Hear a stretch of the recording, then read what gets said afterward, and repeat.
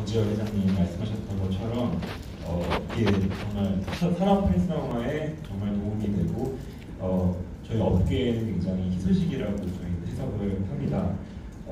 그리고 전반적으로 그 어떤 업무법처럼 많은 부분들을 우리가 모르는 여러 부분들을 건드리지 않고 우리가 알 수 있는 누구나도 이제 그 예측할 수 있는 어떤 그런 자금 세탁의 위험성을 이제 방지하는 그런 차원에서 소비자 보호와 혁신의 가능성을 없애지 않는 그 중간에 이제 두 중요한 필러 사이에 굉장히 적절한 합리적인 그 균형점을 잡고 있는 그런 개정안이라고 저희는 생각을 합니다. 어떻게 보면은 이제 지금 업계에서 좀 문제를 삼고 있는 부분들은 강론, 특히 이제 신고를 반려할 수 있는 그 여건에 대한 강론적인 부분에 대해서는 좀 이론인 부분들이 있는데요. 첫 번째로 이제 뭐 대주주 및 뭐 주요 임원들의 범죄 이력 이런 거 당연히 봐야 된다고 생각을 하고요. 그리고 아까 앞서서 이제 조은 변호사님 같은 경우는 이제 뭐 법무법인이라든지 이런 모든 업종들이 이제 적용이 된다고 그 얘기를 하셨기 때문에 어떤 ISMS라든지 어떤 정보보호 체계 인증에 대해서 이게 이제 그 신고제 반려 어떤 조건이 되는 그 부분에 대해서 이제 이슈 레이징을 하셨는데 사실 이 부분도 꼭 그 어떻게 보면 이제 타인 어떤 고객의 자산을 관리를 하는 입장에서 이제 거래소 그 가상자산이라는 것 자체가 해킹의 위험성이 너무 높고 그리고 이거 자체가 굉장히 볼라타일하기 때문에 그리고 ISMS 인증 같은 경우는 그 남의 어떤 고객의 그 자산을 이제 대리 수탁하고 하는 걸 이제 업으로 영위하는 업자들한테는 어떻게 보면 지금 적용할 수 있는 어떤 최소한의 요건이라고 생각을 하고요. 다만 이제 뭐 다른 어떤 공청회 간담회에서도 여러 번 논의가 되어 있지만 이제 가상 계좌 발급 7년 인증 가상 계좌 발급 여부가 어떤 그런 등록 조건이 되는 것 같은 경우는 전반적으로 좀 깊은 우려하는 부분들이 이제 존재하는 것이 이제 업계 전반적인 시각입니다. 일단 저희가 알기로는 실명인증 가상계좌 같은 경우가 암호화폐 2017년에 특히 이제 너무 ICO 열풍, 광풍에 이제 그거에 대한 정부 긴급 조치로서 은행을 통해서 이제 간접 규제를 하기 위한 그런 되게 현명하고 합리적인 방안이었던 거에 대해서는 충분히 공감을 합니다.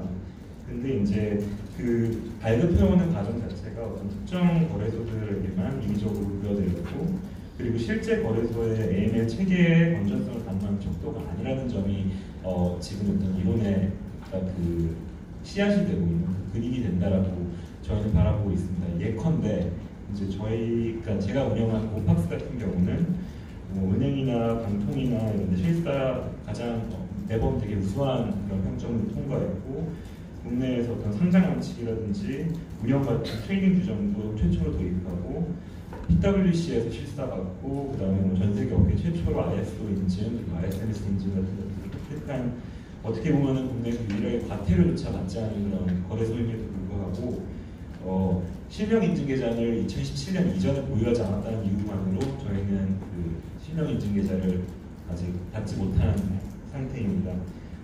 특히 뭐 페레스 권고안에 따른 인터벌 룰 상환하는 그런 그 기준도 갖고 있고 금년 상반기에만 750건 이상의 외신거래를 적발할 정도를 지했으며 개중 한 50건 정도는 지금 투자기관 등에 신고했고 가상자산이 없으면 예치에 도움을 준 바 있습니다.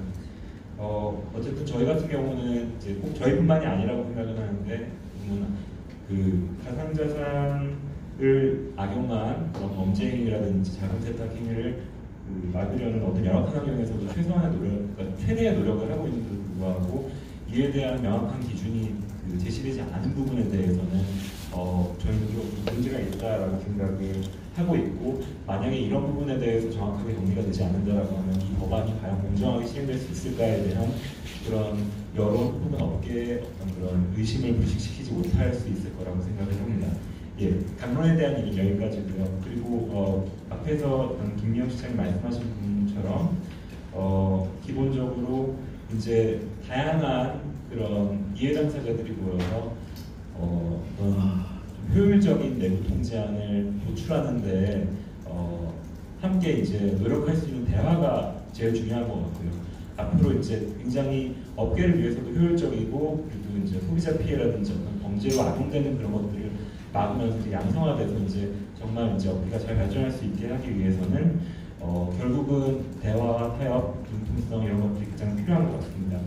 개인적인 의견으로는 이건 굉장히 개인적인 문제지만 그 장경원 실장님이 아까 발표 때 말씀하신 것처럼 어떤 자율규제 기구를 설치를 하기 위한 어떤 협의회를 설치하기를 위한 어떤 법적 근거 마련도 굉장히 합리적인 어떤 그런 제안이라고 개인적으로는 생각을 합니다.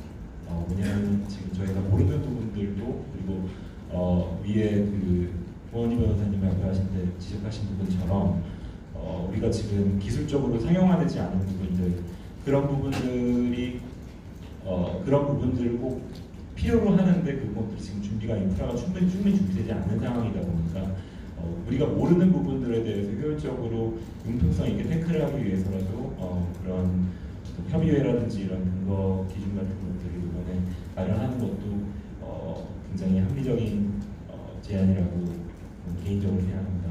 이상입니다. 네, 잘 들었습니다.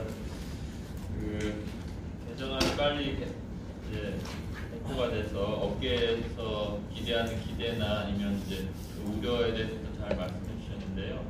지금 말씀 중에 나왔지만 확신의 뉴스에서도 지금 이런 부분이 아주 많이 궁금해하고 있다라는 게 그 특검법 발효가 되면 그 암호화폐 거래소라든지 아니면 뭐 인가제가 시행이 될 텐데 이때 실명 계좌 발급 받은 그러한 거래소만 허용되는 것인지 그리고 이제 새롭게 실명 계좌를 발급 받으신 발급 요건도 그 법 개정 무렵에 같이 공포가 되는 것인지 그런 것에 대해서 지금 업계에서는 매우 궁금해하고 있다고 하더라고요. 이 부분에 대해서 말씀해 주실 분 역시 김미영 실장님 먼저 한 말씀 해주시면 감사하겠습니다.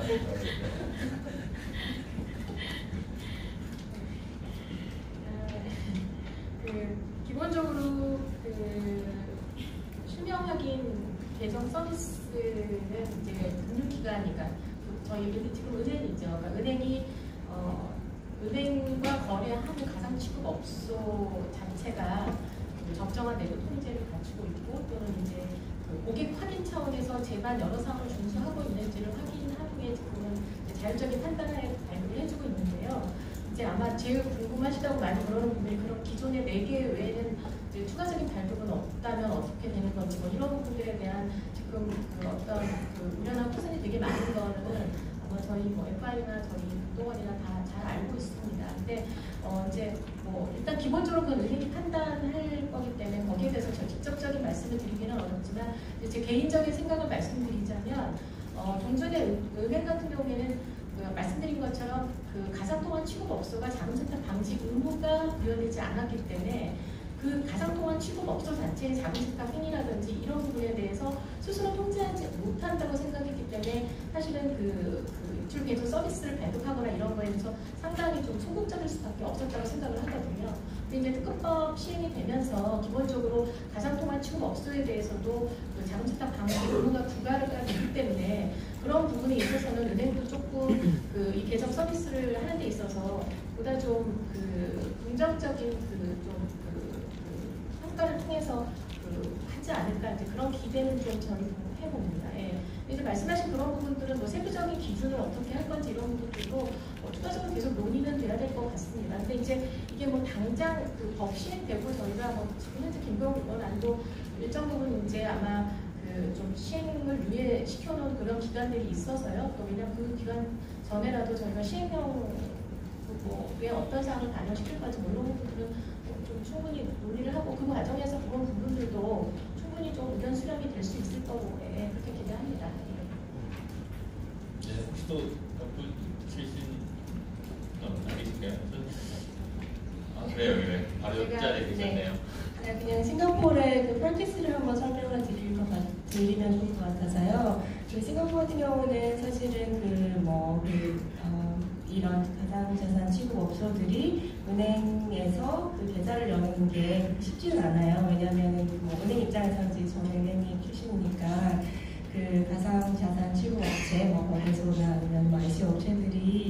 그 자금 세탁에 대한 그 위험이 계속 있었기 때문에 그 현재까지는 페데프가 권고안을 내기 전까지는 그런 위험들이 계속 있었기 때문에 은행 입장에서는 사실은 뭐 블록체인 관련 업체들이나 IC 업체들이 와가지고 뭐 계좌를 열어달라라고 할 때 사실은 노를 할 수밖에 없는 상황이거든요. 왜냐하면 뭐 CDD를 할 경우에 이 업체들이 어떻게 AML 관련된 프레임워크를 가지고 있고 어떤 위험을 관리하고 있는지를 현재까지는 뭐 그런 의무가 없었으니까 이 업체들이 그 AML 관련된 그 어웨어니스나 아니면 인식 수준이 너무 낮았기 때문에 은행에서는 뭐 당연히 거래를 안 하는 게 최선의 방법이었는데요.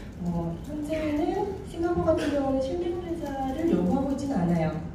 그래서 이제 거래소들이 은행에서 와서 이제 거래를 틀 때 이 거래소들이 얼마나 이 AML 관련된, AML CFT 관련된 이런 프레임워크를 잘 가지고 있고 그 policy랑 프로시저 같은 경우를 모니터링을 하고 그리고 이제 그 온보딩을 하는 그런 그 과정에서 이 거래소의 AML CFT 관련된 그런 위험을 파악을 하고요. 만약에 우리의 그 리스크 수준 안에 있다라고 했을 때 사실은 그 계좌를 열어주거든요. 그런데 이제 한국에서는 이 실명 계좌 그리고 벌집 계좌가 굉장히 큰 이슈가 되었기 때문에 그 현재는 그 실명 인증 계좌를 4개 거래소만 쓰고 있다고 제가 알고 있는데요.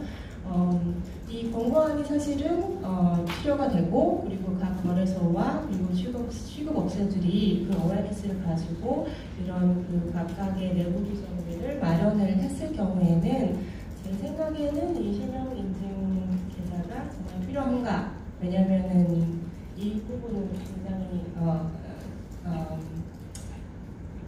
실효성이 없지 않을까? 실효성이 없다고 저는 생각을 하고 있습니다. 네.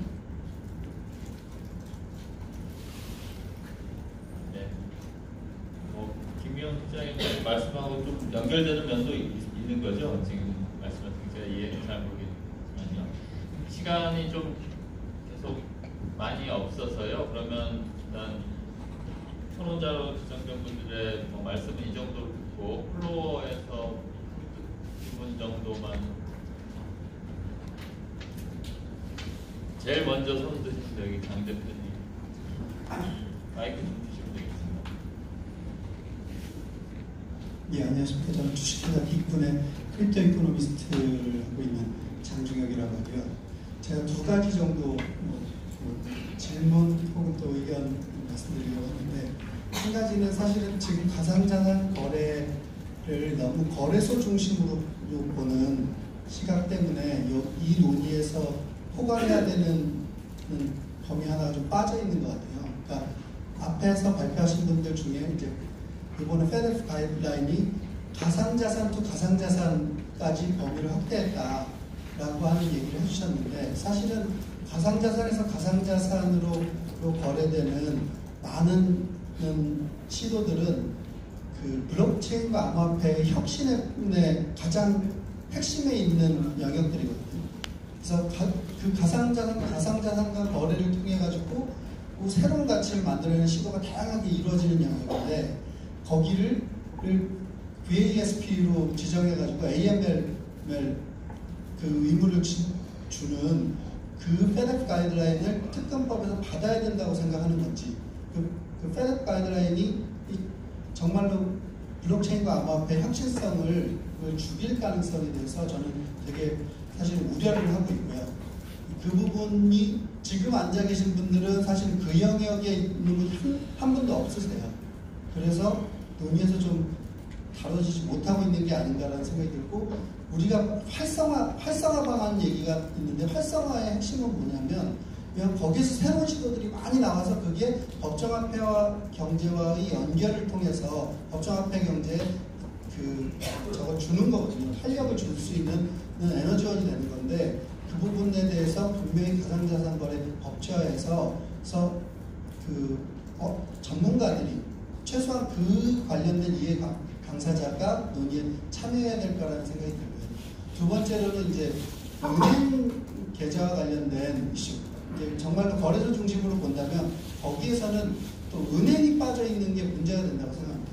은행이 빠져 있는 거는 사실 은행이 왜 이 실명인증 계좌 안 내주겠냐, 뭐 실명인증 계좌가 도덕적인 해결책이냐 아니냐 하는 거 이전에 가상자산 취급 업소하고 왜 그 거래하는 데 있어서 심지어는 뭐 오디시아나 업체한테 일반 법인 계좌도 안 내주는 이런 상황이 왜 벌어지고 있느냐 하면 은행이 테이킹한 리스크에 비해서 저 가상자산 거래에 참여해가지고 얻을 수 있는 인센티브가 은행이 하나도 없는 상태라고 봅니다. 그래서 은행이 이 논의에 참여해서 은행이 적절한 인센티브를 가지고서 관련된 역할을 하고 리스크 테이킹할 수 있도록 하는 두 개의 논의, 두 축이 지금 이 테이블 위에 딱 빠져 있는 부분인 것 같아요. 예. 어떻게 생각하시는지 좀 의견 들었으면 좋겠습니다. 저 은행 참여하고 있습니다. 은행의 인센티브는 가상계좌 발급 수수료가 건당 30을 하시고 있습니다. 그 다음에 뭐 법적인 논쟁이 있었지만 그 온라인 계좌에 예치하고 있는 예차 그 무비용성 수익을 현재 얻고 있습니다. 그래서 순수하게 그 경제적 그 다음에 수익적 입장에서 보면은 은행 입장에서는 가상계좌 이출금계정 서비스를 적극 발급해 주는 게 저희한테 수익성이 되고요.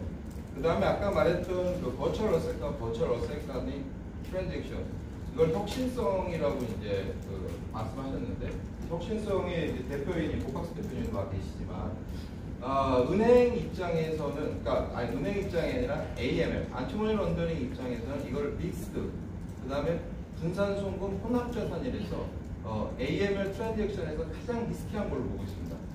그러니까 시각이 이제 약간 틀리다고 보시면 되고요. 버추얼 어셋과의 버추얼 어셋 간의 트랜잭션을 혁신성이라고 평가했지만, 자금 세탁 AML 입장에서는 이건 분산송금, 혼합재산, 그 다음에 하이리스크 트랜잭션으로 보고 있다고 말씀드리겠습니다.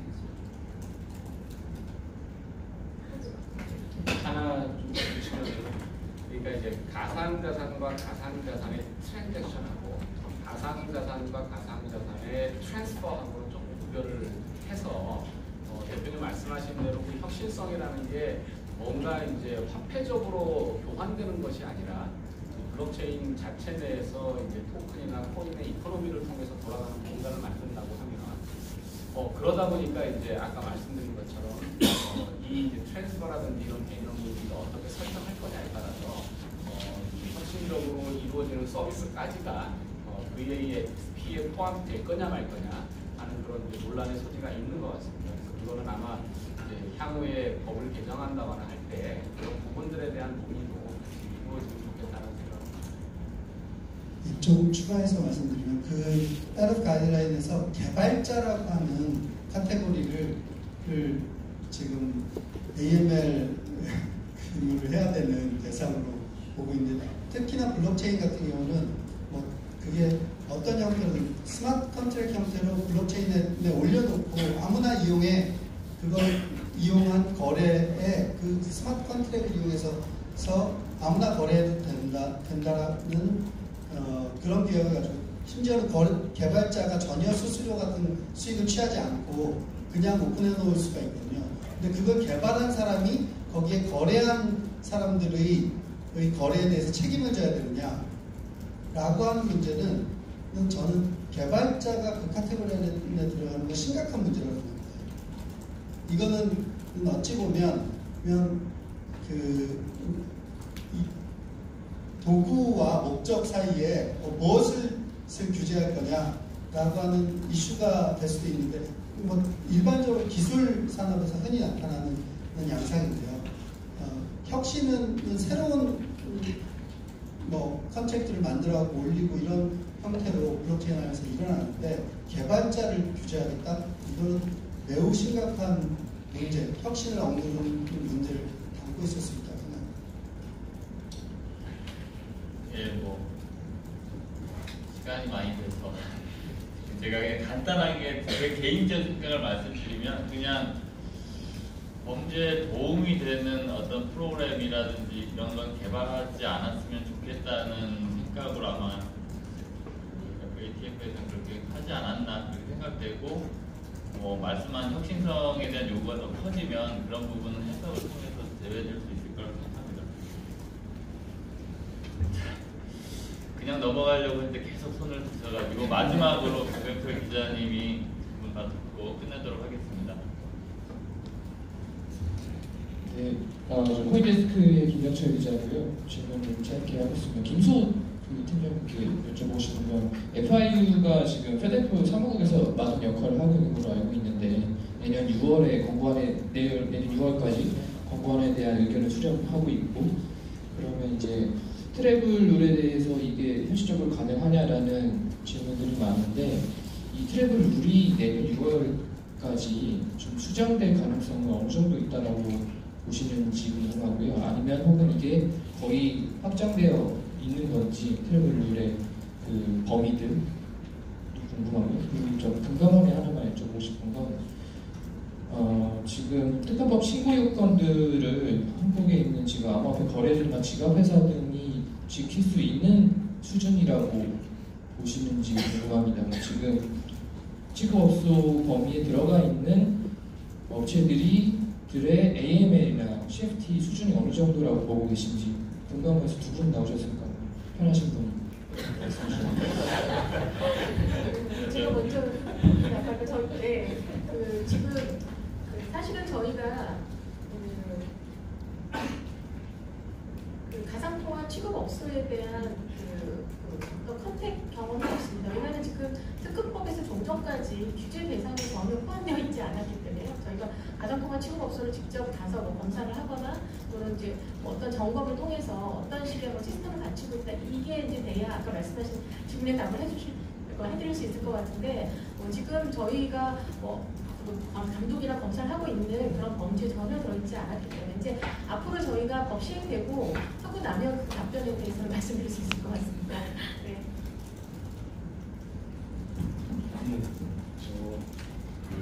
트래블 룰에 대해서 여쭤보서는 사실 FATF의 구제가 어떻게 될지를 예측하는 건 굉장히 주관적일 수밖에 없습니다. 이 주관적인 걸로 제 생각을 말씀을 드리자면은 수정될 가능성은 배제할 수 없지만 그게 이제 완화되기보다는 오히려 강화될 가능성이 높다라고 보여지고요.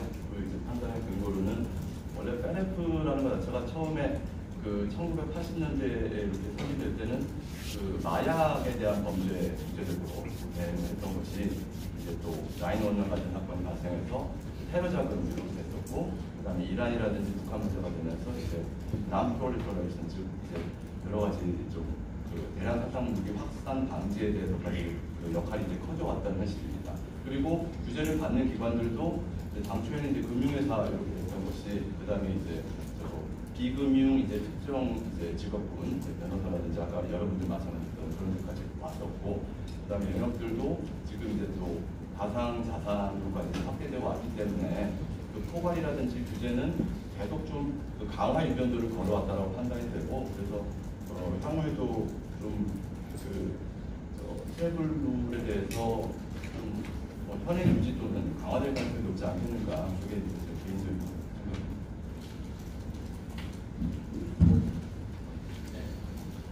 마무리해도 될까요? 요즘에 이제 정보라는 게 점점 한 단계 도약한 새로운 정보 사회로 이동하고 있는 것 같습니다. 그래서 이제 정보와 관련돼서 블록체인이 기술이 나오면서도 제 생각으로는 정보 사회가 한 단계 도약한 것 같은데요. 이 정보 사회가 도래하면서 익명성, 개인의 프라이버시와 그다음에 그런 어떤 정보를 이용하려는 그런 산업적인 요구 사이에서 계속해서 엄청난 충돌이 이루어져 가는 것 같고요. 그래서 지금 유럽이나 미국 각각 개인정보 보호 수준이라든지 그 익명성 보호 수준도 다른 것 같습니다. 암호자산과 관련해서도 암호자산 거래와 관련해서 어느 정도 익명성을 보장할 것인지 그러니까 개인의 어떤 인간 존엄을 지키기 위한 정도의 어떤 익명성은 또 반드시 필요하다고 생각하거든요. 완전한 그런 익명성이 전혀 존재하지 않는 게 과연 바람직한 것인가에 대해서도 또 의문이 듭니다. 오늘 참 시의적절하고 정말 좋았던 그런 토론 세미나였던 것 같고요. 이것으로 오늘 가상자산거래 법제